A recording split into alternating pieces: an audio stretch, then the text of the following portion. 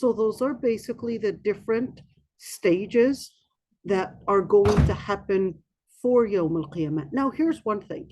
We don't know for sure exactly like which one comes first and later and so forth, at least in this area. But we do know that some things, so they basically did this key in where the one with the white is the believer, the one with the black arrow is the disbeliever, the munafiq is basically the gray area.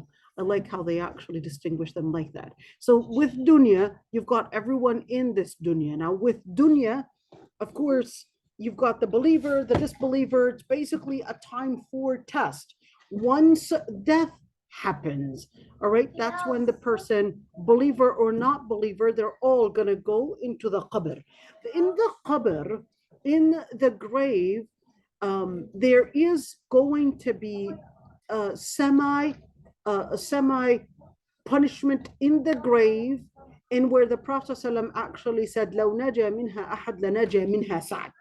So everybody will actually face some sort of adhab al-qabr, some sort of adhab. Some it will be a total adhab, and some will be not a adhab per se, but it would be at least not a comfortable place.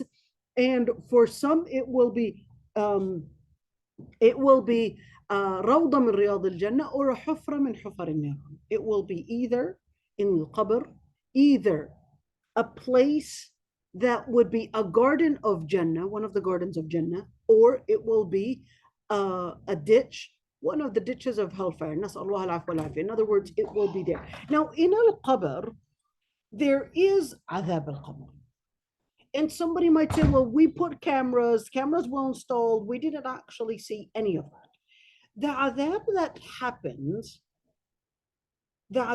happens on the person, it's not something that you can necessarily see. So you can't say, well, we installed cameras, we didn't see any of that. Because the adhab that happens it's not necessarily on the body. The body is perishing. The body is basically right now going to be decomposing. So the person, are they necessarily going to feel the worms, the what are they called, those kind of worms, what do they call them? No, there's some maggots. Are they necessarily going to feel the maggots? Are they necessarily going to feel all of that? Well, if you look at the ahadith do tell us that there are certain things that we can feel. ضمة القبر. ضمة القبر. What does that mean? That there is this squeeze in al-qabr that we will feel. Will we feel the maggots? Will we feel our bodies decomposing? Not necessarily in that detail. What's the evidence? Well, when you look at, for example, even Asma bint Abi Bakr, her son came to her and told her, I dreamt that I was going to be killed, and they're going to basically, be brutal in the way that they're going to treat my body. And she said, well, what harm is done on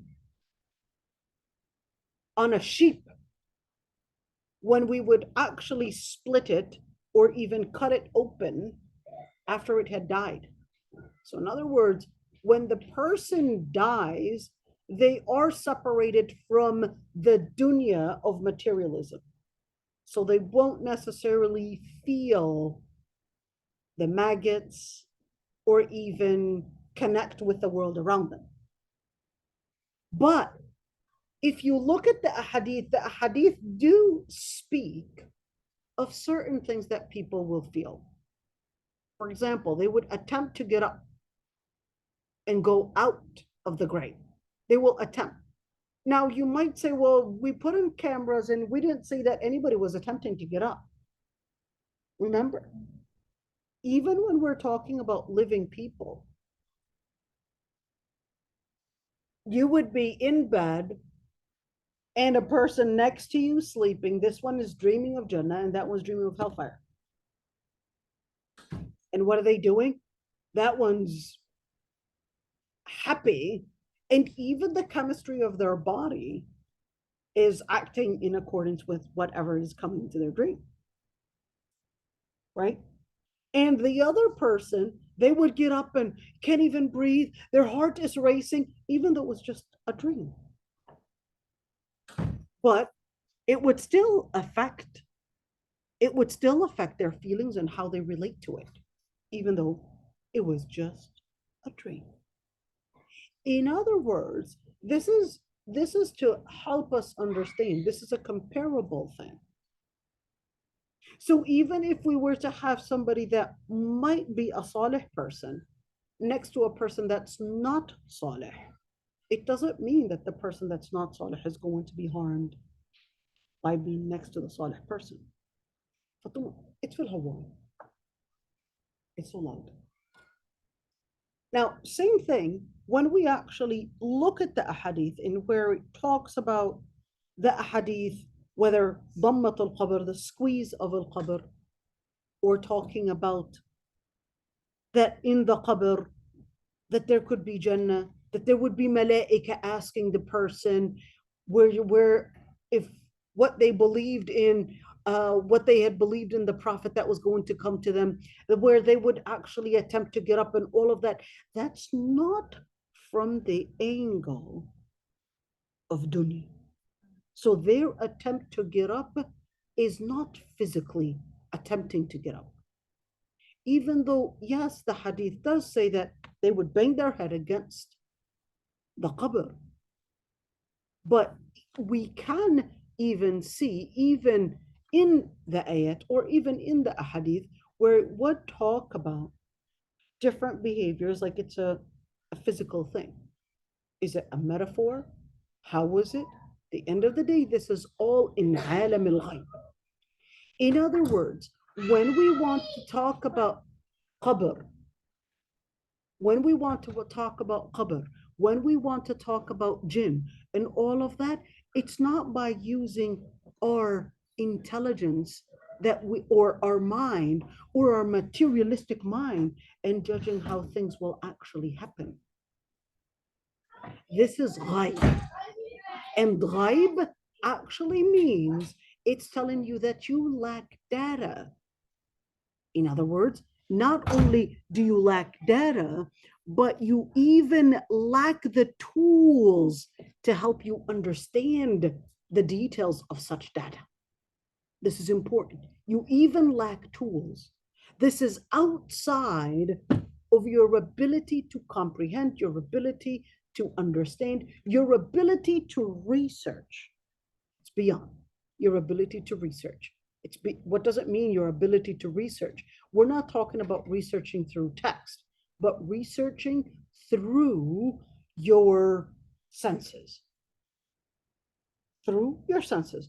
So when we look at al-qabr, adhab al-qabr is real. It's not a metaphor.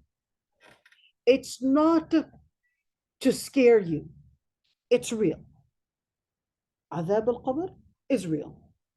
And those that wanted to say that no ahadith are authentic in that regards, no, you've got ahadith, you've got ayat, and where Allah subhanahu wa ta'ala would just tell us about such things.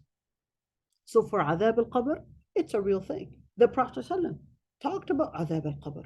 The Prophet ﷺ would even make the dua for Allahumma ajirna min adhab al-qabr. Ya Allah, protect us from adhab al-qabr, from the torments of al-qabr. So al-qabr itself is actually the scariest place to be in. Al-qabr is the scariest thing to be in. Now, after al-qabr, how long does a person stay there for? A year, 2 years, 3 to 1,000, who knows, whatever. So, well, here's one thing, is that in al-qabr, the way that you calculate time is different than the way you calculate time in this life. In fact, even this life, the way you calculate time from one place, or even the way you calculate time, not only place, but even the tools. In fact, when you're even sleeping, the way that your brain would I'll tell you, how long did you sleep for? And we're like, just 20 minutes. And in reality, you discover that you've actually been sleeping for 3 hours. You look at the time. Oh, I've actually been sleeping for 3 hours or 4 hours or whatever. And sometimes even the dream, she would actually go into details of the dream and details of the dream. And when the dream actually took a couple seconds, that's the reality. The dream only took a couple seconds, but then she'll say, and then this person came, and then we moved, and then this happened, and then this happened. When the dream, right now, we're capable of scanning the brain, and we'll tell you, actually, your dream only took 30 or 40 seconds. But in your brain, the details that happened in it are a lot more than 40 seconds to say, and you felt it was longer. Now, adab al-qabr, I wouldn't necessarily use the way that our body relates to dreams or the world around it and say, here's my evidence. But I will say one thing is that if our body in this life, we were capable of seeing the paradox or the distinction or the difference, or even how our feelings are totally different than what data is telling us. That's why it's important to recognize if this is a data that your brain was capable of getting through different scans, that your feelings can manipulate you. And you would think, I only dreamt it was a whole story. But then the scans would tell us, actually, it was this long. And that's in order to tell you that the data that you sense is different than the data of reality. And what your body would give you is different than what reality is. Same thing with al-qabr. The reality of al-qabr is the data that Allah subhanahu wa ta'ala and the Prophet had given us. Now, what you're going to sense is different. That's why on Yawm al-Qiyamah, when they are resurrected from al-Qabr, they would say, well, they will say, how many days have we been here? فَاسْأَلِ الْعَادِّينَ, one of them says. Ask the ones that have been counting. Who knows? The other one, مَنْ بَعَثَنَا مِنْ مَرْقَدِنَا هَذَا? What just happened? Who resurrected us? What just happened? Oh, then they'll discover, هَذَا مَا وَعْدَ الْمُرْسَلُونَ. This is what all the prophets and the messengers were telling you about, but then you denied it. It's exactly what they were telling you about. They were telling you this is the serious thing. Then you could see right there that moment. So Allah subhanahu wa ta'ala is just telling you, I'm just giving you the data that your brain is not capable of comprehending. Your brain is not capable of getting, because you don't even have the tools to research such kind of data in the grave. So the Aysha, is it adab al-qabr certain times, or just like the whole Adab al-qabr, it's not necessarily just the grave, it's what happens to the body. So even if we were to cremate the body, do they go through adab al-qabr? Yes, they do. What about if they drowned? They will still go. Why? Because it's not the qabr, the actual ditch in the ground, that contains the qabr. All right. So that transition from life to death and what is after death, that is al-qabr. All right. So whether the person was cremated, whether the person was drowned, whether the person was put in a hole in the ground, at the end of the day is that they're actually considered facing their qabr. So al-qabr has the meaning in where it's, yes, the ditch in the ground, but that doesn't mean if the person is not put in that they actually ran away from al-qabr. Are you with me here? Doesn't mean that they ran away from al-qabr, because al-qabr is not exclusive to the ditch in the ground.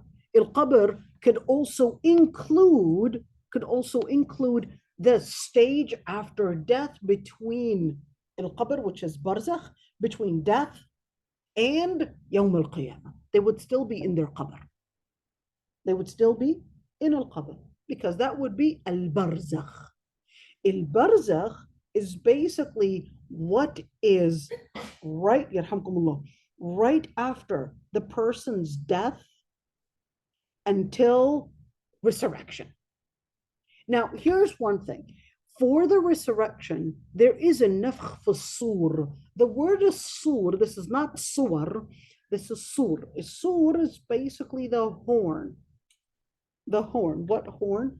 Allah subhanahu wa ta'ala will give Israfil a horn to basically announce one, the start of Yawm al-Qiyamah, that transition from Yawm al-Qiyamah to al-Akhirah, that transition from al-Akhirah. So scholars have differences of opinions on the number of blows within the horn. Is it one? Is it three? Is it two? Or is it more? At the end of the day, is that we know that Israfil blows into the horn to basically announce or get into the second stage, which is al-Ba'th. That's the first time that he blows into the horn. Al-Ba'th. What is al-Ba'th? Al-Ba'th basically acts as the stage when, according to the hadith, that when all the people die, so there's the first blow, according to some scholars, the first blow is the blow when it's to announce the death of all the people, or that's it.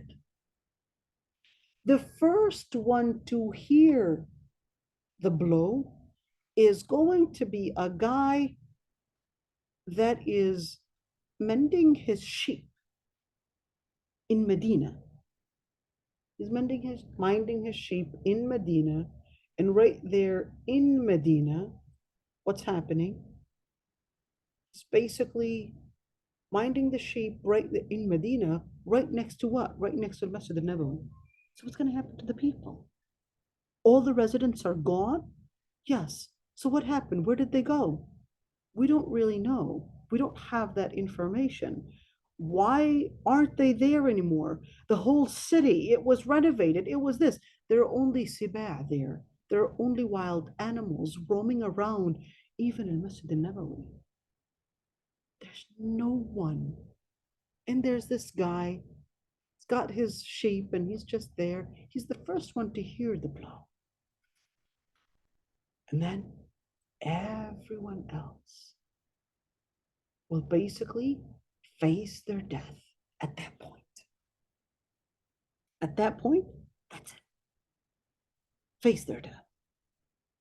They would die, and then Israfil would blow the horn again in order to let the souls of the people actually come back to them. But before that, people will grow like plants, exactly like trees. From where? From the tailbone, it would act as the seed that contains all your DNA, your data, and you would grow from that seed like a plant. You would grow. And then Allah subhanahu wa ta'ala, to make it grow, Allah subhanahu wa ta'ala, or the Prophet actually said that Allah subhanahu wa ta'ala would bring water that is similar to semen. Right? So not so a fluid, similar to that. And then it will rain on all the people. It will make them grow like plants. Once it grows, then Israfil blows into the horn again to let people's souls come back to them. People's souls come back to them, and that's when people's souls come back to them.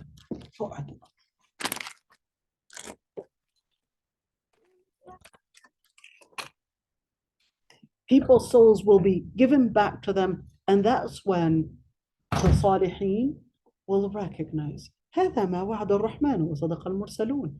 This is exactly what Allah subhanahu wa ta'ala had told us about. This is the promise. They would recognize, but At that moment, everyone is scared.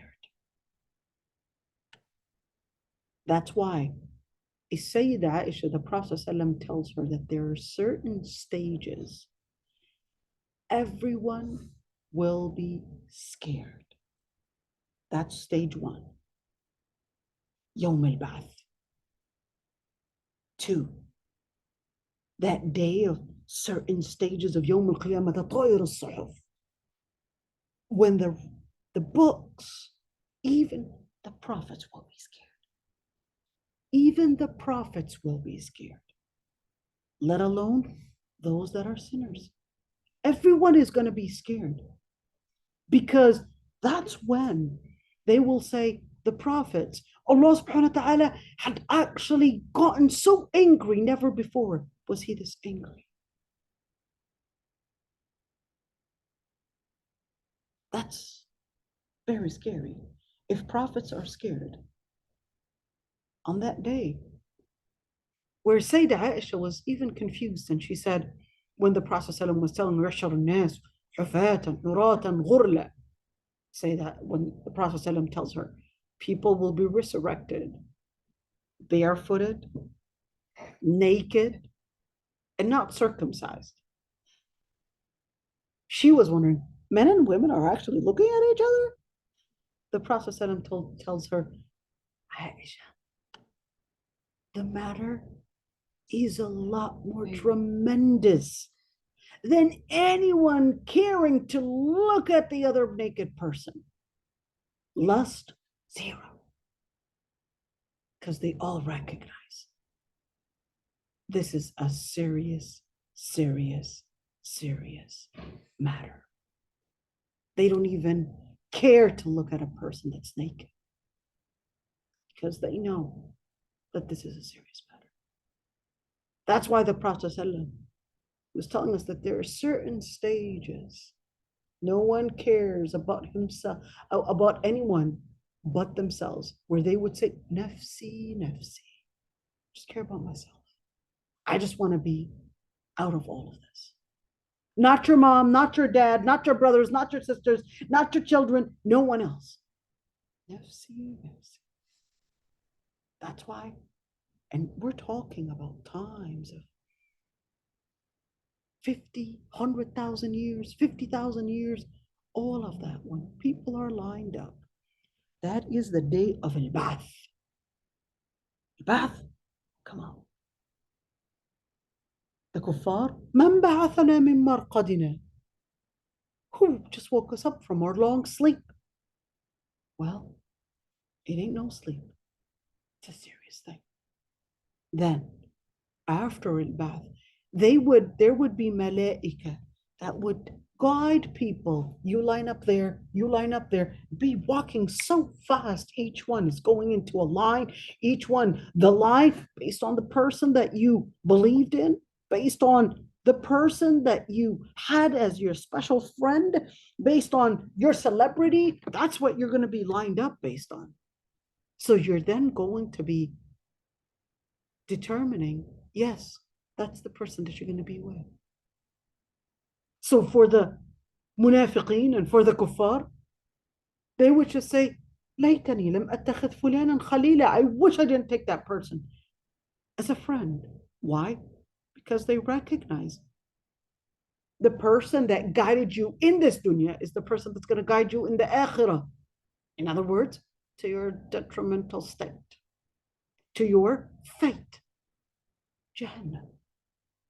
Or Allah subhanahu wa ta'ala says, Al-akhillau ba'duhum. On that day, al-akhilla, the best of the friends, are going to be enemies to one another. Illa al-muttaqeen. Except al-muttaqeen, because they would only be friends with al-muttaqeen. So what happens to them? They would be basically, alhamdulillah that I took this person as my friend. They guided me to the right thing. I was doing the right thing. What happens then? Illa al-muttaqeen. But the other ones, well, they will basically be with those that they had chosen to be with in dunya. And then that would be the person to guide them to their fate, to the other fate. Now, here's one thing. After al-Ba'th, people would actually be standing. I know that they, right here, you could see um, that they put you this white arrow in order to tell you the mu'mineen would actually go in this way. Okay.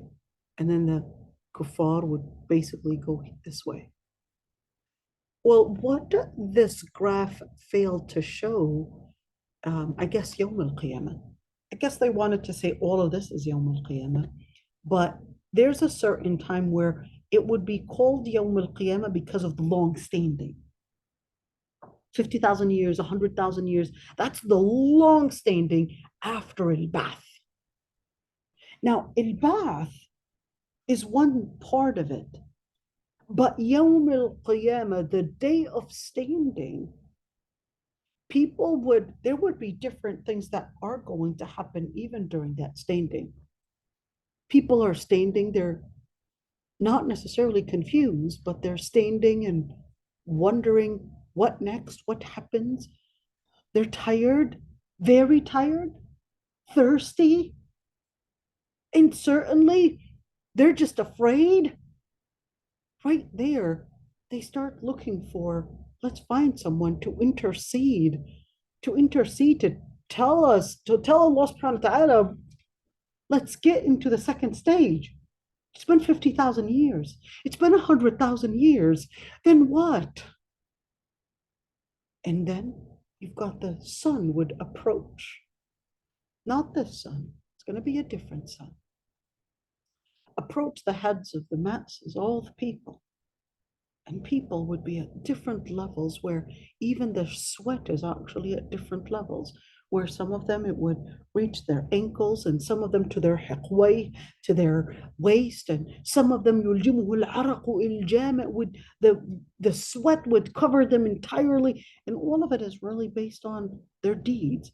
But there's one thing is that you've got some in where at that moment, what really matters is not your body. It's not how tall you are. It's not how short you are. In fact, your deeds are going to determine how big, small, or even how your body shape is going to be. How you're going to, it's a whole different biology. It's a whole different biology where you would look, those that were pride and arrogant, the Prophet says they would be kadhar. They would be like these little tiny things on the ground, like the dust, where people would start attempting to step on them because they were always so arrogant. Got other people, they would actually have very long necks. Other people, kuffar, would be walking on their heads. Their heads are their legs. Other people, out of fear, their eyes would turn blue. Their eyes would turn blue out of fear. Even their pupil changes color. Ya Allah, that's so scary. I'd seen somebody die once, and while he was dying, their pupils actually changed color. Literally changed color. Looking around, literally changed color, like brown to becoming very light hazel.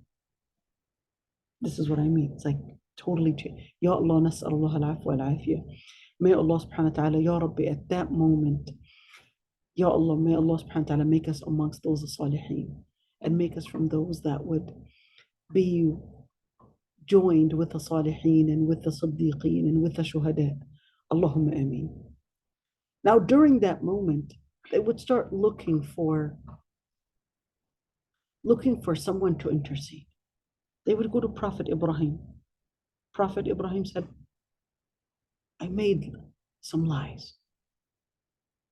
I made 2 or 3 lies.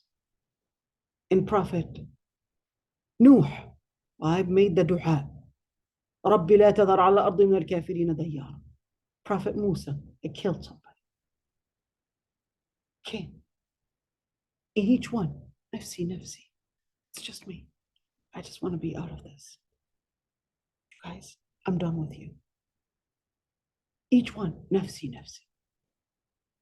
Then at the end, they would go to the Prophet ﷺ, and because they recognized that it was actually Muhammad ibn Abdullah. He was the one that wanted to intercede. He was making the dua that he wanted to be the one to intercede for people.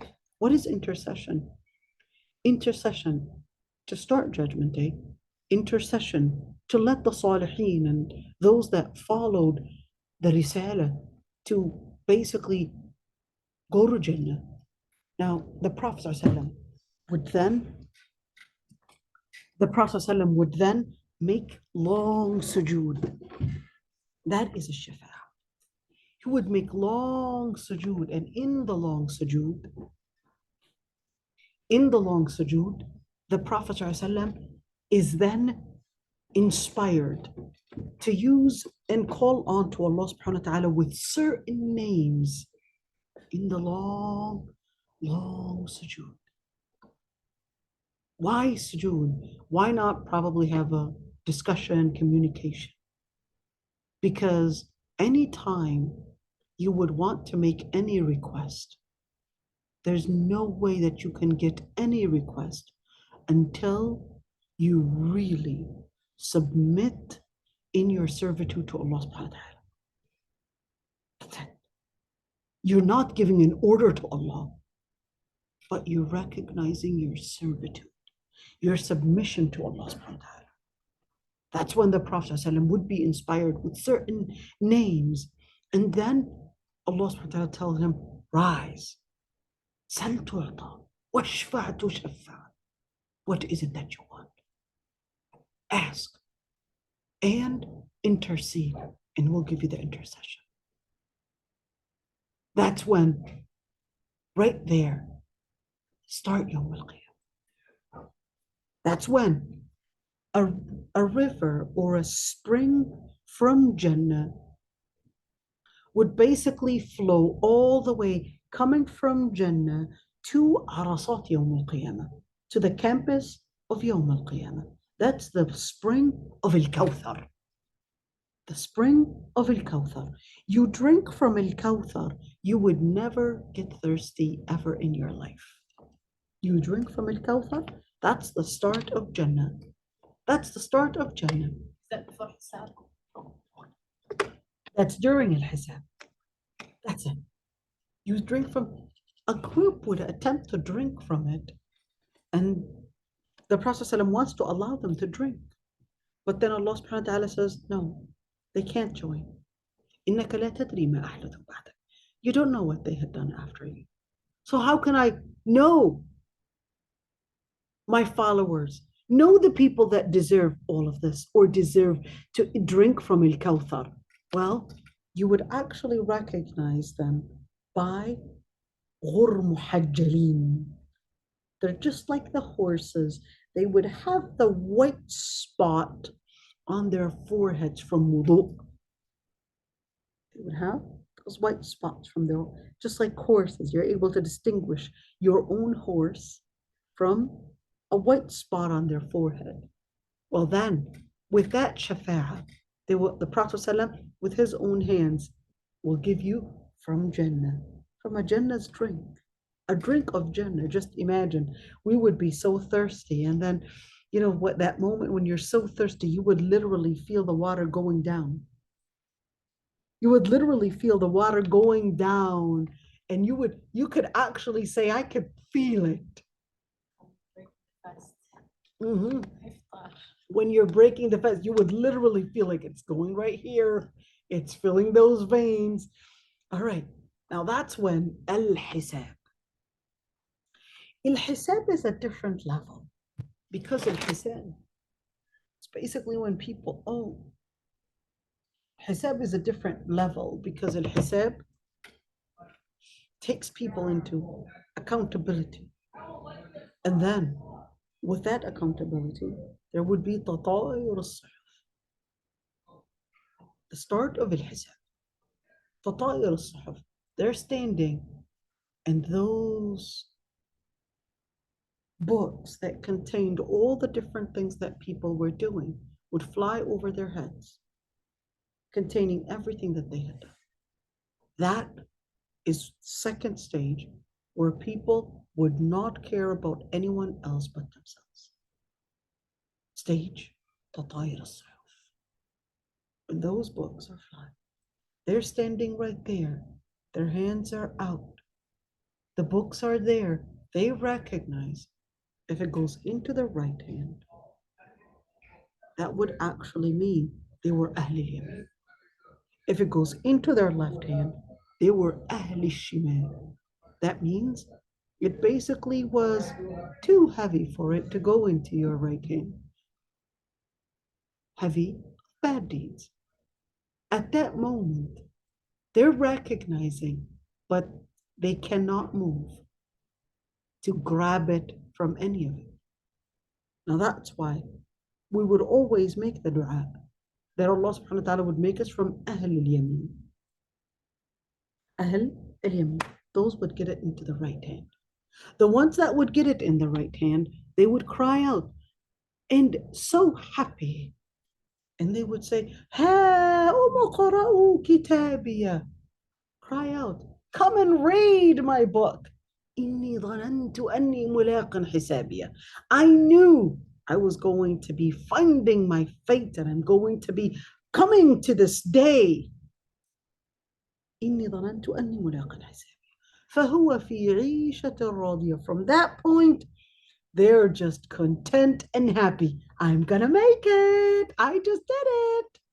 فهو في عيشة راضية. Where? في جنة عالية. In a high position in Jannah. And the ones to get it in their left, they would say in complete sorrow, يا ليتني لم أوت كتابية. I wish I never got my book. يا ليتني لم أوت كتابية ولم أدر ما حسابي. I wish I never knew the accountability that I will be facing. يا ليتها كانت القاضية. I wish this was the end of it, and where I would just turn into dust, and that was the end of it. ما أغنى عني مالية. They would think right now of all the different things that they had thought was giving them the privilege. Money. ما أغنى عني مالية. The money is all gone. It perished. All the different things, all the different degrees, the social status. Now it means nothing. هلك عني سلطانية. All the different social status that I had is now gone. All the sultan, all the power, all the positions that I worked hard for. I invested money, I invested time, and I invested in effort. So Allah subhanahu wa ta'ala then orders خذوه فغلوه, orders the malaika, take them and just throw them into the hellfire. How? خذوه ثم في سلسلة ذرعها 70 ذراعا فاسلكوه. 70 ذراعا. This person's only 5 or 6 feet. Not anymore, they are. This person is probably 40, 50, 60 feet. Why? Because the bigger you are, the more nerves you have to make you feel the pain. So Allah subhanahu wa ta'ala will order the malaika to tie him up with 70 ذراعا, so almost 70 meters of chains. Why? Because Allah subhanahu wa ta'ala will make their bodies even become bigger. And right there, the malaika, you're not going to wrestle the malaika. You can't wrestle the malaika. So they'll take him, the malaika will take him and just فَاسْلُكُوهُ. Why? What did he do? إِنَّهُ كَانَ لَا يُؤْمِنُ بِاللَّهِ الْعَظِيمِ. He didn't even believe in Allah subhanahu wa ta'ala. وَلَا يَحُضُّ عَلَى طَعَامِ الْمِسْكِينِ. And they didn't even consider or even tell others or even themselves donate for the needy. فَلَيْسَ لَهُ الْيَوْمَ هَاهُنَا حَمِيمٌ. Now, there's no friend that's going to support them. In fact, they won't even consider any friend. Right now, all their friends are their enemies. فَلَيْسَ لَهُ الْيَوْمَ هَاهُنَا حَمِيمٌ. What else? ولا طعام إلا من غسلين. The food is really only the pus that comes out from all the different burns, the bodies of the people in hellfire. That's غسلين. لا يأكله إلا الخاطئون. The only ones that are going to end up eating from this. What about the food? All of it لا يسمن ولا يغني من جوع. It won't be something that will keep away the hunger, and it will not give you any type of nutrition. لا يسمن doesn't give you nutrition. ولا يغني من جوع, and it doesn't even keep away the hunger. In other words, you're eating it, you're trying to fight hunger, but the hunger is not going away, and it's not giving you any nutrition. You're nothing but Ya Allah, Ya Allah, Ya Allah. نسأل الله العفو والعافية. نسأل الله العفو والعافية. This is so scary. This is so scary. Ya Allah. Ya Allah. Then goes to the other stage. Stage al-Mizan. Stage al-Mizan is basically the stage. Yes, it's called al-Mizan to mean the scale, but it's not that people are lined up and they've got scales. You know, there's one scale and we're just taking turns and getting into the scale. Because just like in this dunya, you've got your rizq and she's got her rizq and you've got all these different scales. So right away, Allah subhanahu wa ta'ala has a whole scale for each and every single one. Everything, the numbers are already there. That's al-Mizan. But during that moment, there are a number of ahadith that speak about the day of al-Mizan. One is that whoever wants to debate Allah subhanahu wa ta'ala, they're going to end up really facing a worse fate. Why? Because that's basically debating Allah subhanahu wa ta'ala when he already had every iota of every deed really considered. Every single deed. So if you were to think that, oh, I'm going to debate Allah subhanahu wa ta'ala, maybe I can figure out a deed here and there and that he actually lost count. Lost count for Allah subhanahu wa ta'ala. Lost count for Allah subhanahu wa ta'ala. He's got every single deed counted right. There's no lost count. During that moment, for al-Mizan, that's actually a really scary moment. Because for al-Mizan, the people are at that moment recognizing that that's going to determine their stage and level in Jannah. Their level in Jannah. But then for al-Mizan, at that time, there's حقوق العباد and there's حقوق رب العباد. There are certain things that Allah subhanahu wa ta'ala, what did you do in your akhirah? What did you do? How did you relate to Allah subhanahu wa ta'ala's principles? That's one side.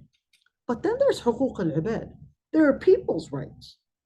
So for the people's rights, they'll basically start, well, hey, one case, guy comes, no good deeds, but one good deed.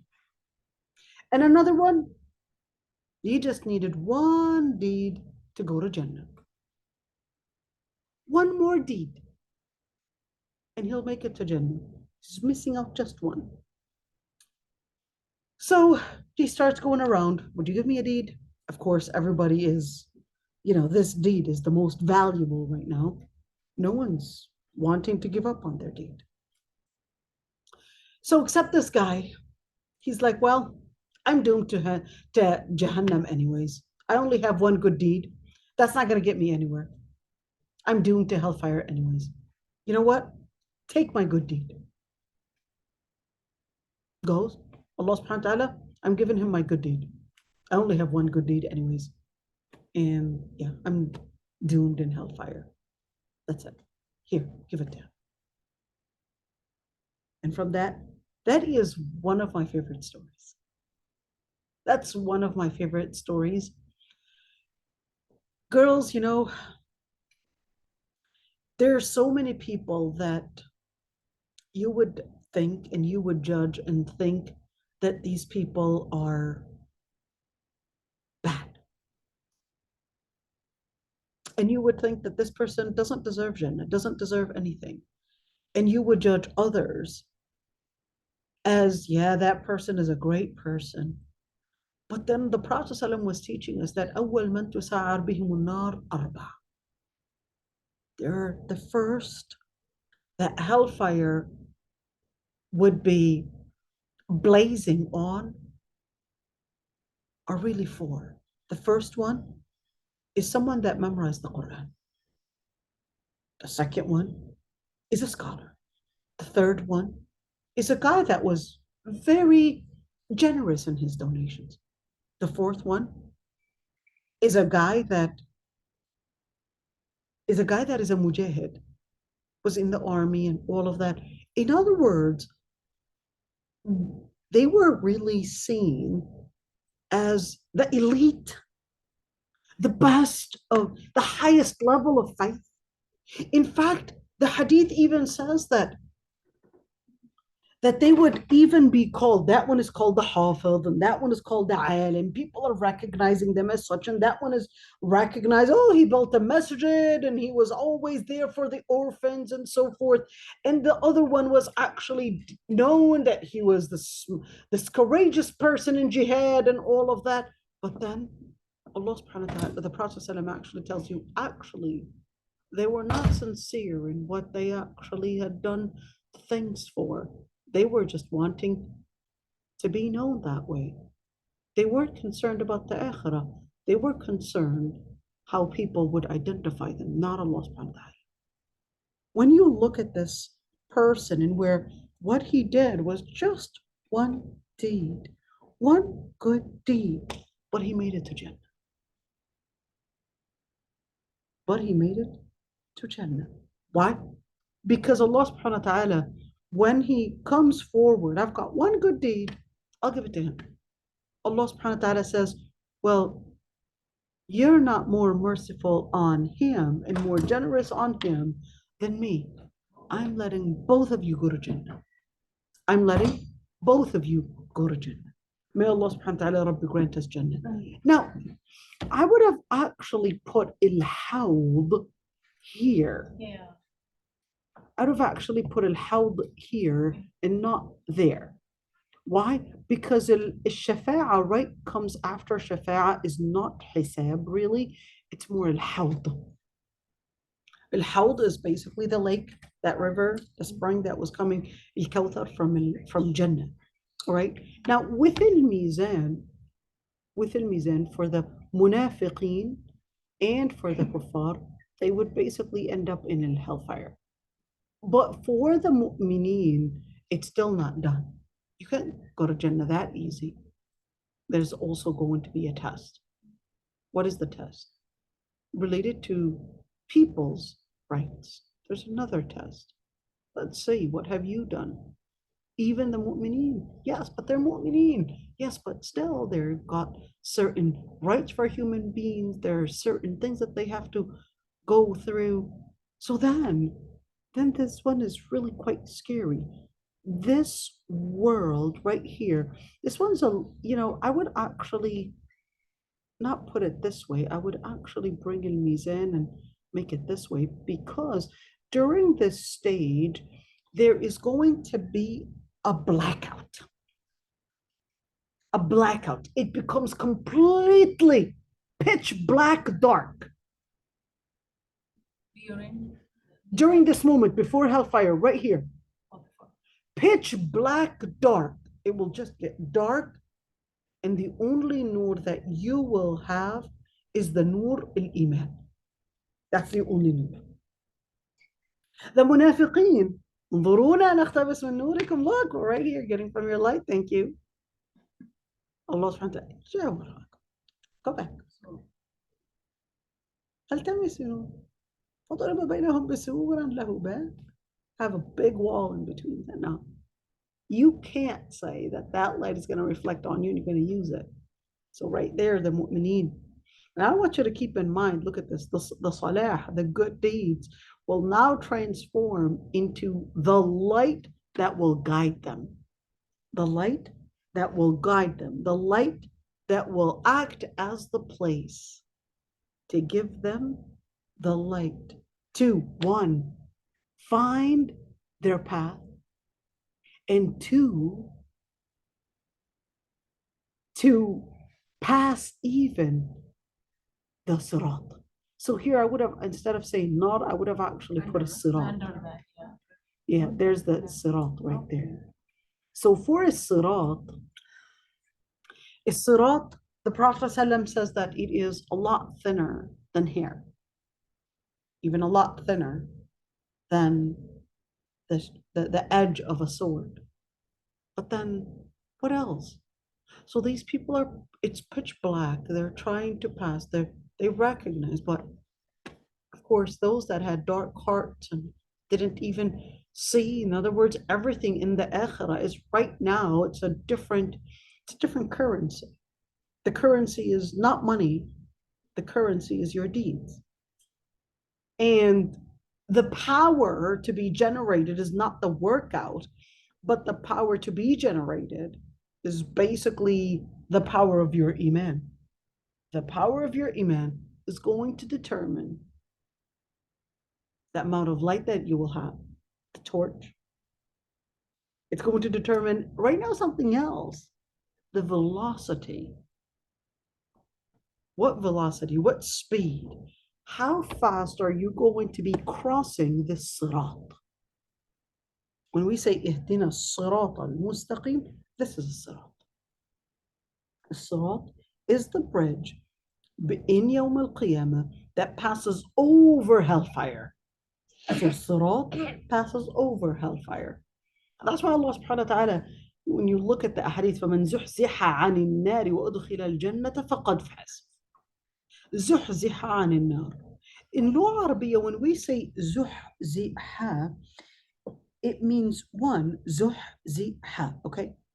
One, it actually means that there's a gradual process. It also means there's a repetition.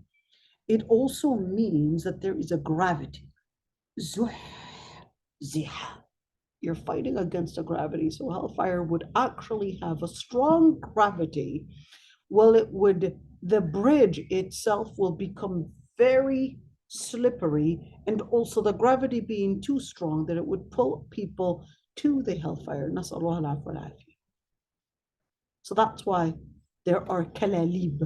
There's the fire flames would have something that would actually pull people down. That's why the Prophet ﷺ actually said, when the ayah was recited, وَإِن مِّنكُمْ إِلَّا وَارِدُهَا, the Sahaba were really scared. So all of us are going to go to hell? That's it? We're all going to go to hell? What are we doing then? كان على ربك حتما مقضيا إلا هو, except those that had يرحمكم الله, those that had believed in عملوا الصالحات, those that had actually believed in, and those would be the ones to have the capacity to fight off the gravity within a sirat of hellfire and the velocity to cross that sirat to go into Jannah. So now we're talking about a new currency, a new power, a new energy. It is all determined based on what you did. If you're struggling to do a simple qiyam for Salat al-Fajr, simple qiyam for Salat al-Fajr, or probably struggling to give up on your phone, to memorize or whatever, or to probably let go about some things that are probably making you get addicted. If you're right now struggling to fight off such a gravity and such a power, then how are you going to fight off the gravity of a sirat? If raising a blanket was so hard for you to get up and do 2 rak'ahs for Salat al-Fajr, or even to fight off or push away certain fitna, how are you going to be capable of fighting off the gravity of Jahannam? Now, al-qantara, so for the kuffar, nas'al al-afwa wal-afiyah, would basically go in here. For the mu'mineen, there's still another stage, al-qantara. What about al-qantara? They don't go directly to Jannah. No, the mu'mineen are still there. It's like, wait, before you even go, we need to work out some things here. For the mu'mineen, they're all mu'mineen though. Yeah, but نزعنا ما في قلوبهم من غل. Ladies, there's no more hatred. No, we're going to sort things out, because when I want you to go in Jannah, we need to make sure that you're all completely pure. Because Jannah is only a place of purity, is only a place of peace, is only a place of happiness, is only a place of good. Is only a place of good. So what happens? Yeah, I know you guys are, yeah, you're both made it here, but you had some animosity. You had some differences together. We need to sort things out. Even if you're both mu'mineen. So that's when, okay, نزعنا ما في قلوبهم من غل. Sorted things out. إخوانا. They're إخوان. They're now happy brothers and sisters. على سرر متقابلين. They would be going to Jannah. Now we're in Jannah. على سرر متقابلين. Facing each other. We're right there, just sharing. Ya Allah, Ya Salam. May Allah subhanahu wa ta'ala make us amongst those that will go to Jannah. Allahumma ameen. Such a, just imagine. Just imagine, passing al-qantara, and right there, the doors of Jannah opening to you. Right there. And one of them would basically say, Ya Allah, just let me stay at the doorstep. That's it, just the doorstep. And then a tree, he looks at it from far.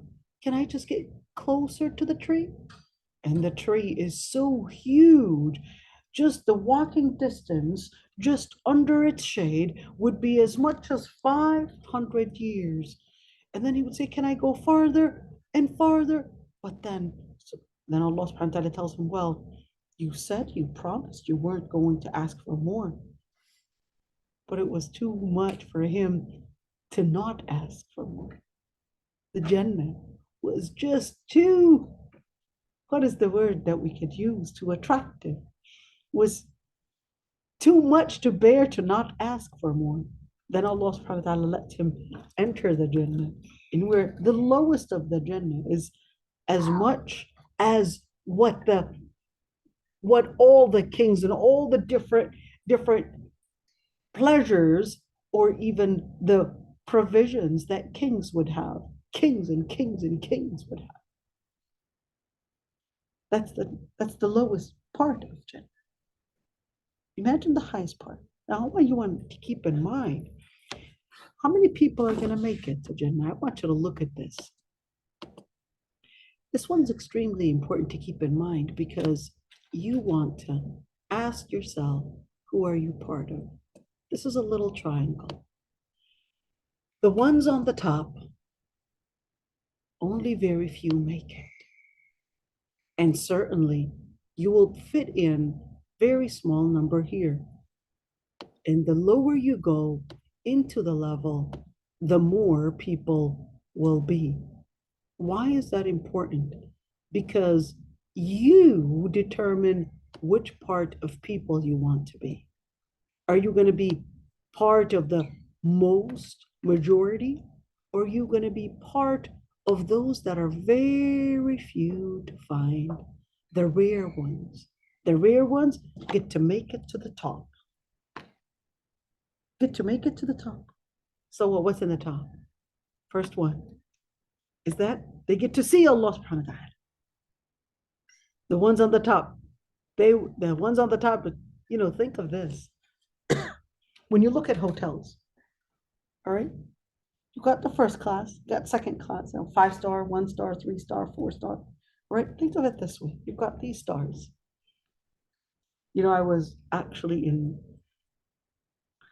invited to give lectures in Qatar, and they actually had booked a hotel for us per night. It was almost $500 per night. Very, very, very luxurious, to be honest. Very luxurious. It was like nothing I had seen. I'm not used to 5 stars. I don't know if that. I don't know if there's even high. This is $500 per night, and Subhanallah, extremely beautiful. You could see it's like all golden all around. And I'll tell you, Yani, Subhanallah, I was thinking like if this is dunya, and it's so beautiful like this, you could even search it online and see what kind of hotel it's called. Isdan Hotel. Isdan Hotel in Qatar. In Qatar. Check it out. It's like beautiful and gorgeous. Like subhanAllah, if this is the dunya, how's the akhirah? How's the akhirah? You can go to 1 star hotels and you could see the huge difference between they're both hotels. That's why Allah subhanahu wa ta'ala calls Jannah even. So they're called manazil. What is manazil? Manazil is another word for stars. Well, another word for places and positions, and you choose. What manzila do you want? You want the 5 star manzila in Jannah. And this is Jannah, ya Jama'ah. This is Jannah. You want the 5 star? Well, you gotta work hard to get there. It's really worth it. So how do I get there? 3 things. Simple. After faith in Allah subhanahu wa ta'ala, 3 things. You got 1 is effort. 2 is money. And 3 is time. How much time do you spend in putting your effort, in putting your money in place to get close to Allah subhanahu wa ta'ala? 3 things.